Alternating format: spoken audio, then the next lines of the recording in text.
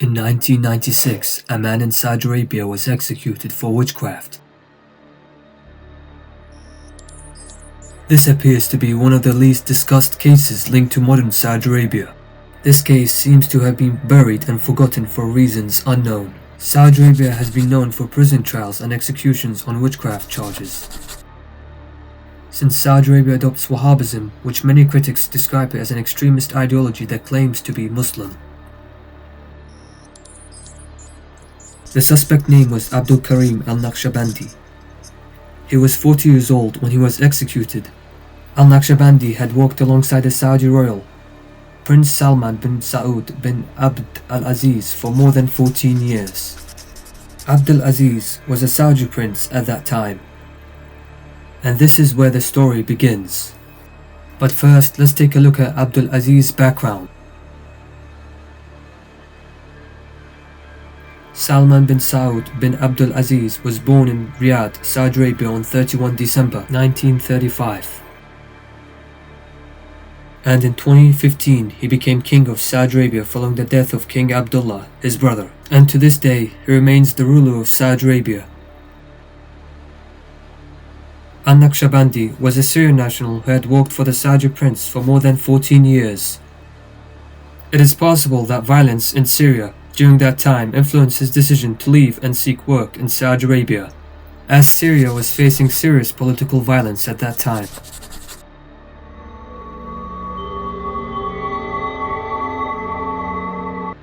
Al-Naqshbandi was accused of practicing witchcraft, or in Arabic sihr, against his own employer, the prince. It was a shocking grave accusation, and one that would eventually cost him his own life. This was not a small accusation. Al-Naqshbandi was now accused of practicing witchcraft against the Saudi prince, and this case would soon be taken up officially by the Saudi Interior Ministry.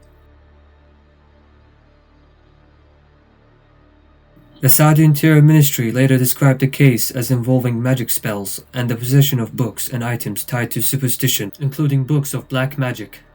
These so-called witchcraft books that Al-Naqshbandi was said to possess were described by the Saudi Interior Ministry as polytheistic and superstitious in nature. In the official account, they were treated not as harmless books, but as dangerous materials linked to witchcraft, magic and spells.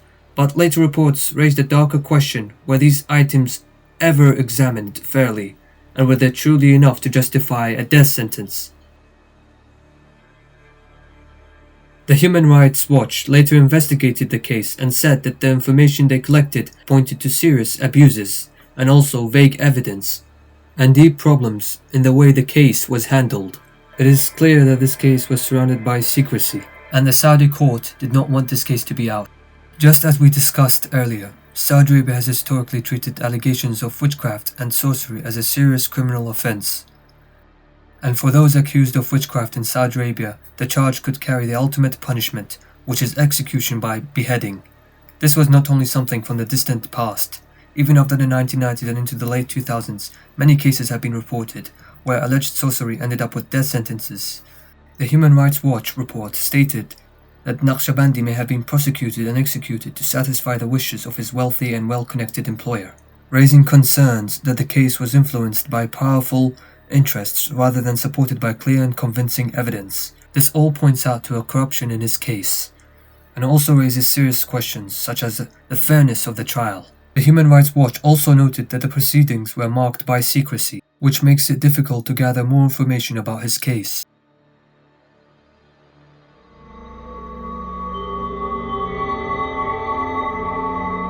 The publicly reported evidence was vague. It included allegations about amulets, books, and objects said to be connected to magic. But according to the Human Rights Watch, Al-Naqshbandi denied ownership of at least some of the items and said some of them belonged to someone else. He said that not all of the materials presented against him were his own, raising further questions about the reliability of the evidence used in the case. He also had tried to defend himself in writing. He wrote many letters and presented them to the court, but his requests were ultimately denied. One of the most disturbing parts of the case is that Al-Naqshbandi wrote long handwritten letters to the judge. He had no lawyer, so he tried to defend himself through paper, alone. The Human Rights Watch said that these letters were written in simple, sometimes awkward Arabic by a man trying to build a defense with almost no legal support. In one of the letters, he begged the judge to read his papers, saying that his fate and the fate of his family depended on them. He had no proper defense. He'd also named people he said could support his account, however the judge denied this again. Human Rights Watch said he named 23 individuals who could verify parts of his story, but according to their report, no defense witnesses were called.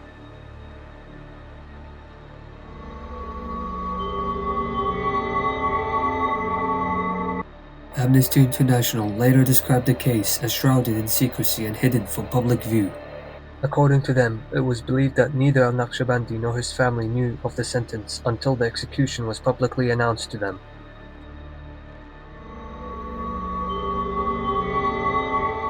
On Friday 13 December 1996, Abdul Karim al-Naqshbandi was executed in Riyadh. The method of execution was beheading. The Human Rights Watch said the case showed deep flaws in the Saudi justice system, especially for foreign workers like Naqshbandi.